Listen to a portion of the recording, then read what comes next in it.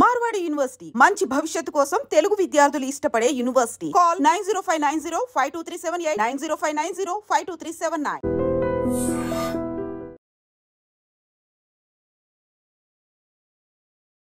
మరోసారి నగరంలో అంటే అపార్ట్మెంట్ లిఫ్ట్లో మరో ప్రాణం బలైపోయింది. ఇది ఆసిఫ్ నగర్ పోలీస్ స్టేషన్ పరిధి అండ్ సంతోష్ నగర్ కాలనీలో ఇది ముజ్దాబా అపార్ట్మెంట్ లిఫ్ట్లో ఒక 4.5 ఏళ్ల చిన్నారి, అతని పేరు వచ్చేసి సురేందర్, అత్యంత భయంకరంగా చనిపోయిన పరిస్థితి. ఇలాగే అపార్ట్మెంట్లో లిఫ్ట్లో ఇరుక్కొని చనిపోయిన సంఘటన ఈ మధ్య కాలంలో వరుసగా ఇది 3వది అని చెప్పొచ్చు.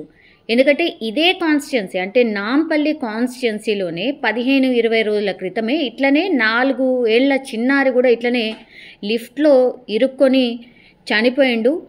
గ్రిల్ అండ్ ఇట్లా కింద భాగంలో మధ్యలో ఇరుక్కొని చనిపోయిన పరిస్థితి. అగైన్ మళ్ళీ సేమ్ అదే తరహా ఇన్సిడెంట్ ఇప్పుడు అదే కాన్స్టిట్యున్సీలో అపార్ట్మెంట్ లిఫ్ట్లో ఇరుక్కొని సురేందర్ అనే చిన్నారి, కేవలం 4.5 సంవత్సరాలు మాత్రమే ఉన్నాయి, లిఫ్ట్లో ఇరుక్కొని చనిపోయిన పరిస్థితి. అయితే ఇతను ఈ ఫ్యామిలీ మొత్తంగా కూడా అక్కడ వాచ్మెన్ పనిచేస్తోంది. సో తల్లిదండ్రులు ఉన్నారు, అట్లాగే ఒక చెల్లి కూడా ఉంది ఈ సురేందర్కి. సెంటాన్స్ దగ్గర ఒక లిఫ్ట్ ఇన్సిడెంట్ అయింది నాంపల్లి కాన్స్టిట్యున్సీలో. ఎమ్మెల్యే జనాబ్ మాజిద్ హుసేన్ సాబ్ గారు నాకు ఫోన్ చేసినారు. ఆయన మస్జిద్లో ప్రేయర్స్ అవుతుంది, అప్పుడు ఆయనకి ఫోన్ వచ్చింది, ఇన్ఫర్మేషన్ వస్తే నాకు ఇక్కడ పంపినారు. నాతోటి ఏరియా ప్రెసిడెంట్ కూడా చాన్బాయ్ కూడా నాతోటి ఉన్నారు. ఇక్కడ లిఫ్ట్ ఇన్సిడెంట్ అయింది, ఒక 4.5 years వాచ్మెన్ పిల్లోడు స్టక్ అయిపోయింది అని మాకు ఇన్ఫర్మేషన్ వస్తే మేము ఇక్కడ వచ్చినాం. అప్పటి వరకు బాడీ తీసేసి ఆలివ్కి తీసుకొని వెళ్ళినారంట. అక్కడ కూడా నేను పోతున్నాను, చూస్తాం. ఇప్పుడు ఏమైంది, ఇది సెకండ్ ఇన్సిడెంట్ అయిపోయింది నాంపల్లిలో. ఇప్పుడు అందరు అపార్ట్మెంట్స్ వాళ్ళకి పిలిచి ఎవరు మెయింటెనెన్స్ చేస్తున్నారు, లిఫ్ట్ ఏ కంపెనీది ఉంది, ఇప్పుడు చాలా సీరియస్ తీసుకునే అవసరం ఉంది ఇప్పుడు. ఎందుకంటే లాస్ట్ నెలలోనే ఒక శాంతినగర్లో ఇన్సిడెంట్ అయింది, ఇప్పుడు సెకండ్ ఇన్సిడెంట్ అయింది. పొద్దున నేను న్యూస్ పేపర్లో ఒక ఆర్టికల్ చదివినాను, అక్కడ ఇన్స్పెక్టర్ కూడా ఇట్లానే లిఫ్ట్ స్టక్ అయితే ఆయన ఓపెన్ చేసినారు అంట, ఆయన స్టక్ అయ్యి ఆయన చనిపోయినారంట. ఇప్పుడు ఈ లిఫ్ట్ ఇష్యూస్ చాలా అయిపోయినాయి. ఇప్పుడు మేము ఎమ్మెల్యే సాబ్ నుంచి అడ్వైస్ తీసుకొని ఒక కమిటీ ఫామ్ చేసి ఈ ఎన్ని అపార్ట్మెంట్స్ ఉన్నాయి, ఏమేమి లిఫ్ట్స్ ఉన్నాయి, ఏం పరిస్థితులు ఉన్నాయి, ఇప్పుడు యాక్షన్ తీసిన అవసరం ఉంది. మేము తప్పకుండా యాక్షన్ తీసుకుంటాం.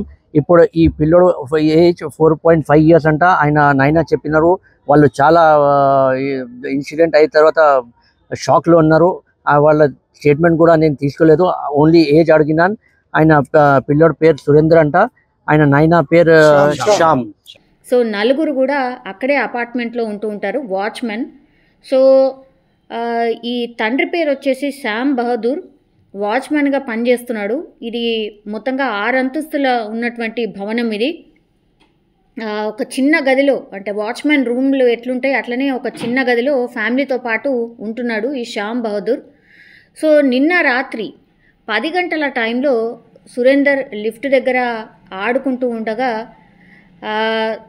తలుపు అంటే ఈ లిఫ్ట్కి సంబంధించిన గ్రిల్ ఉంటుంది కదా, ఆ మధ్యలోకి వెళ్ళిండు. దాన్ని ఎవరు గుర్తించలేదు. 4.5 చిన్నారి, పాపం అతనికి కూడా అనుకొని ఉండడు ఇట్లా అవుతుందని. సో 10 నిమిషాల తర్వాత ఇప్పుడు సురేందర్ ఎక్కడున్నాడు అని ఈ తల్లిదండ్రులు వెతుకున్నారు. అంటే చిన్నారి కాబట్టి 4.5 సంవత్సరాలు కాబట్టి తల్లిదండ్రులు ఎప్పుడు కడిపెడుతూనే ఉంటారు ఒక కంట. సో అట్లనే ఈ ఎక్కడ పోయిండా బాబు అని తల్లిదండ్రులు వెతకడం స్టార్ట్ చేసిర్రు. అప్పుడు లిఫ్ట్ మధ్యలో పూర్తిగా ఇరుక్కొని కనిపించిండు. అప్పటికే అసలు ఆ చిన్నారి అంటే స్పృహలో లేడు, పూర్తిగా అన్కాన్షియస్ అయిపోయి ఉన్నాడు అని తల్లిదండ్రులు పూర్తిగా అందరినీ పిలవడం. మా అపార్ట్మెంట్ వాసులు అందరూ కూడా 10 గంటల టైం చాలా సైలెంట్గా ఉంటుంది, అందరు కూడా ఆల్మోస్ట్ ఇక కొంతమంది పడుకొని కూడా ఉంటారు. సో అట్లాంటి టైంలో కీకలు వేసిండ్రు వీళ్ళందరూ కూడా. అంటే ఈ వాచ్మెన్ శ్యామ్ బహదూర్, ఆ ఫ్యామిలీ మెంబర్స్ అందరూ కూడా ఆ బాబుని అట్లా చూసేసరికి తల్లిదండ్రులు కీకలు వేయడంతో ఆ అపార్ట్మెంట్ వాసులు, ఆ చుట్టుపక్కల వాళ్ళు అందరూ కూడా వచ్చిండ్రు. లిఫ్ట్లో బాలుడు ఇరుక్కుపోయిన సంఘటనని వీళ్ళు పోలీసులకు ఫస్ట్ సమాచారం ఇచ్చిండ్రు, అట్లనే అంబులెన్స్కి కూడా ఫోన్ చేసిండ్రు. సో ఈ డాక్టర్స్ వచ్చి చూసేసరికి పాపం అప్పటికే బాబు చనిపోయిన పరిస్థితి. అయితే ఇట్లాగే వీళ్ళు నేపాల్ నుంచి వచ్చిండ్రు. కేవలం వాళ్ళు వచ్చి కూడా 7 నెలలు మాత్రమే అవుతుంది. ఫస్ట్ ఏమో వీళ్ళు అందరూ కూడా గుడి మల్కాపూర్లో ఒక భవన నిర్మాణంకి సంబంధించిన వర్క్స్ ఉన్నప్పుడు అక్కడ పనిచేసిర్రు. జస్ట్ 3 నెలల క్రితం మాత్రమే ఇప్పుడు ఈ అపార్ట్మెంట్ మనం చూస్తున్న అపార్ట్మెంట్లోనే వాళ్ళు పనికి చేరడం జరిగింది. సో ఈ మధ్య కాలంలో మనకు తెలుసు వరుసగా లిఫ్ట్ ప్రమాదాలు, ఇది 3వది. ఇదే కాన్స్టిట్యుయెన్సీలో 15-20 రోజుల క్రితం లిఫ్ట్ ప్రమాదం జరిగింది. ఇట్లనే గోడకు అండ్ గ్రిల్కి మధ్యలో బాబు ఇరుక్కొని ఆ తర్వాత పాపం కొన ఊపిరితో ఉంటే నీలోఫర్ హాస్పిటల్కి తీసుకుపోయిన తర్వాత ట్రీట్మెంట్ తీసుకుంటూ చనిపోయిన పరిస్థితి. అట్లాగే 2 రోజుల క్రితమే రాజన్న సిరిసిల్ల జిల్లాలో 17వ బెటాలియన్ కమాండెంట్ ఎవరైతే ఉన్నారో గంగారాం ఇట్లనే లిఫ్ట్ ప్రమాదంలో చనిపోయింది. ఇప్పుడు మళ్ళా ఈరోజు ఈ బాబు చనిపోయిన పరిస్థితి. సో వరుసగా ఇట్లా లిఫ్ట్కి సంబంధించిన ప్రమాదాలు జరుగుతున్నాయి. కాబట్టి అసలు ఈ కంపెనీస్ అంటే లిఫ్ట్కి సంబంధించి చాలా కంపెనీస్ ఉన్నాయి. సో స్టాండర్డ్ కంపెనీస్ ఏవి తక్కువలో వస్తున్నాయి కదా అని చెప్పి ఏదంటే అది లిఫ్ట్ పెడుతున్నారా, లేదంటే అసలు కనీసం మెయింటెనెన్స్ లేకుండానే వదిలేస్తున్నారా? ఈ అపార్ట్మెంట్కి సంబంధించిన వాళ్ళు మెయింటెనెన్స్ కింద ఎంతో కొంత అమౌంట్ తీసుకుంటారు. మరి అసలు ఈ లిఫ్ట్ మెయింటెనెన్స్ అంటే ఆగిపోయి ఏమన్నా అయితేనే ఈ లిఫ్ట్కి సంబంధించి రిపేర్ కోసం పిలుస్తున్నారు తప్పించి నిజంగా నెలకోసారో 2 నెలలకోసారో ఈ లిఫ్ట్ మెయింటెనెన్స్కి సంబంధించి ఎవరూ పట్టించుకోవట్లేదు అని ఈ వరుసగా జరుగుతున్నటువంటి ప్రమాదాలే మనకు కనిపిస్తున్న సిచ్యువేషన్ అయితే ఉంది. సో వెంటనే ఈ సమాచారం అందుకున్నటువంటి పోలీసులు అయితే ఘటనా స్థలానికి చేరుకోవడం అండ్ బాలుడిని ఆసుపత్రికి తరలించే లోపైగా ఆయన చనిపోయినట్టుగా డాక్టర్స్ నిర్ధారించిన పరిస్థితి. సో ఏవైతే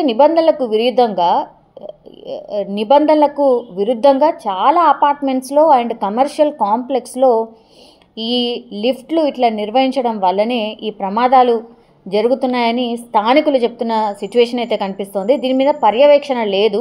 సో చిన్నపిల్లలు ఎప్పుడైతే ఈ లిఫ్ట్కి దగ్గరలో ఉంటారో వాళ్ళని కొంత చూసుకోవాల్సిన సిచ్యువేషన్ ఉంది. చిన్నపిల్లల్ని నిజంగా లిఫ్ట్లో ఒక్కడిని కాకుండా తల్లిదండ్రులు వెంట ఉండే తీసుకువెళ్ళాలి. సో ఇవి చిన్నపిల్లలనే కాదు, ఇప్పుడు 2 రోజుల క్రితం రాజన్న సిరిసిల్ల జిల్లాలో పెద్ద వ్యక్తి చనిపోయాడు. సో ఇట్లా ఈ మెయింటెనెన్స్ కావచ్చు, అసలు ఏ కంపెనీ ఉంది, నిబంధనలు ఏం చెప్తున్నాయి, అవి ఏవి కూడా తెలుసుకోకుండా ఇట్లా ప్రమాదాలు జరిగినప్పుడు రెస్పాండ్ అవ్వడం కాకుండా ఖచ్చితంగా అసలు దీని మీద యాక్షన్ ప్లాన్ ఏముండాలి ఏంటి అనేది ఆలోచించాల్సిన అవసరం అయితే కనిపిస్తోంది.